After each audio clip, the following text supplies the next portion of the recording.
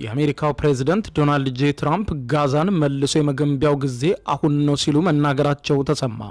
የአሜሪካው ፕሬዝዳንት ዶናልድ ጄ ትራምፕ በእስራኤል ምክር ቤት ንግግር ካደረጉ ከትናንት በስቲያ በኋላ ትናንትና ግብጽ መግባታቸው ይታወቃል። በግብጽ ሻርም ኤል ሼክ ከ20 በላይ የሚሆኑ የዓለም ሀገራት መሪዎች ተሰባስበው በቀጣዩ የጋዛ የሰላም እቅድ ላይ ተወያይተዋል። ግብጽ፣ ኳታር፣ ቱርክና አሜሪካ የተኩስ አቁሙ ስምምነት ጠባቂዎች ሆነው ፊርማቸውን አኑረዋል። አዲስ ውብ ቀን መጥቶልናል፣ አሁን ጊዜው መልሶ የመገንባት ነው ብለዋል ትራምፕ። ለመካከለኛው ምስራቅም ታሪካዊ ቀን ነው ሲሉ ነው የተደመጡት። እስራኤላውያን ታጋቾችና ፊልስጤማውያን እስረኞች ቢለቀቁም የተኩስ አቁም ስምምነቱ በቀጣይ ፈተናዎች ሊገጥሙት ይችላሉ ተብሏል።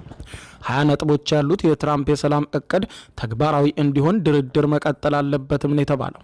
የመጀመሪያው የሰላም እቅዱ ክፍል የሆነው እስረኞችና ታጋቾችን መለዋወጥ የተጠናቀቀ ሲሆን የተኩስ አቁሙን ተከትሎ ወደ ጋዛ የሚገባው ሰብአዊ እርዳታ መጠንም እንዲጨምር መደረጉም ተመልክቷል።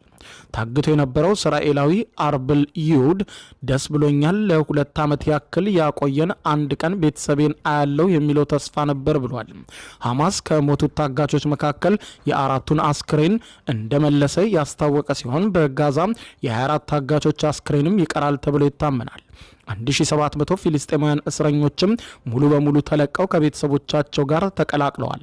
ከእስር ነጻ የወጣችው ፊልስጤማዊት ከልጇ ጋር ከተገናኘች በኋላ በስተመጨረሻ ሰላም አግኝቻለሁ፣ የሚሰማኝን ደስታ መግለጽ አልችልም፣ የደረሰብን ስቃይ እንዳለ ሆኖ ነገር ግን ከስቃይ ውስጥ የተገኘ ደስታ ነው የዛሬው ብለዋል። የዕድሜ ልክ እስራት ተፈርዶባቸው የነበሩ ወደ 250 የሚጠጉ ፊልስጤማውያን እስረኞችም ሙሉ በሙሉ የተለቀቁ ሲሆን ከነዚህ መካከልም 100 ያህሉ በእስራኤል ይዞታ ስር ወዳለው ዌስት ባንክ አቅንተዋል። ፊልስጤማውያኑ ከተለቀቁ በኋላ በቀይ መስቀል መኪኖች ውስጥ ሆነው ደስታቸውን ሲገልጹ ታይተዋል። ሆኖም ግን አብዛኞቹ ሰውነታቸው ጠውልጎ ለመራመድ ሲቸገሩም ጭምር ታይተዋል። በካሃን ዩኒስ ልጁን ሲጠብቅ የነበረው ካህሊል መሐመድ አብዱራህማን ደስታም ሐዘንም አለ ሲል ስሜቱን ገልጿል። ትራምፕ በእስራኤል ምክር ቤት ንግግር ሲያደርጉ ለእስራኤላውያንም ለፊልስጤማውያንም ረዥምና በሰቆቃ የተሞላ ጊዜያችሁ አልፏል ሲሉ ተደምጠዋል።